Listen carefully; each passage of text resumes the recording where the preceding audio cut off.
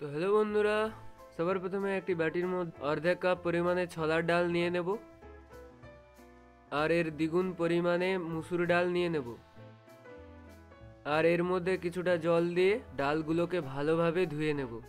দেখছেন ডালের মধ্যে কত ময়লা। তো এইভাবে করে 2 থেকে 3 বার অবধি আমরা ডালটিকে ধুয়ে নেব। ডাল যখন পরিষ্কার হয়ে আসবে তখন আমরা এর মধ্যে কিছুটা পরিমাণে জল দিয়ে সোক করে রেখে দেব। এরপরে এটি 1 পট ডাল, তাই এটি প্রেসার কুকারের মধ্যেই কিছুটা সরষের তেল দেওয়ার পর মধ্যে গোটা জিরে কিছুটা পরিমাণ আর একটি তেজপাতা জিরে আওয়াজ পর্যন্ত ভালোভাবে নাড়াতে থাকবো। এরপর 1 চামচ পরিমাণে থেতলানো আদা রসুন দিয়ে দেব।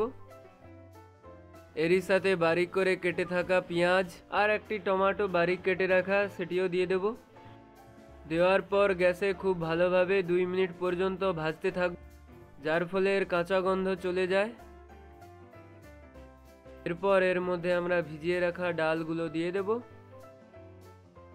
ডাল দেওয়া হয়ে গেলে ডালের 3 গুণ পরিমাণে জল দিয়ে দেব। আর এটি আপনারা খেয়াল রাখবেন অবশ্য। আর স্বাদ অনুযায়ী লবণ দিয়ে দেব। অর্ধেক চামচ পরিমাণে ধনিয়া গুঁড়ো, অর্ধেক চামচ পরিমাণে হলুদ গুঁড়ো দেওয়ার পর খুব ভালোভাবে মিশিয়ে নেব।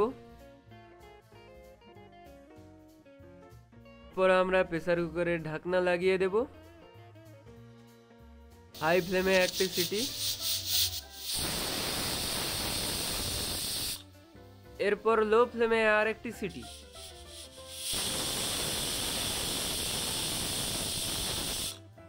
টোটাল 2টা সিটি। প্রেসার রিলিজ করে দেওয়ার পর আমরা ঢাকনাটি খুলে নেব। এর মধ্যে যেন না একবারেই প্রেসার থাকে। আর এরপর ঢাকনা খোলার পর আপনারা দেখতে পাবেন ডালগুলো পুরো গলে এসেছে। ওহো, সবাই আমার জন্য একবার তালি মারো। আর উপর থেকে কুচনো করে রাখা ধনেপাতা দিয়ে দেব আর ডালগুলোর সাথে খুব ভালোভাবে মিশিয়ে নেব। মিশিয়ে নেওয়া হয়ে এলেই আমরা এটিকে সার্ভ করে দেব।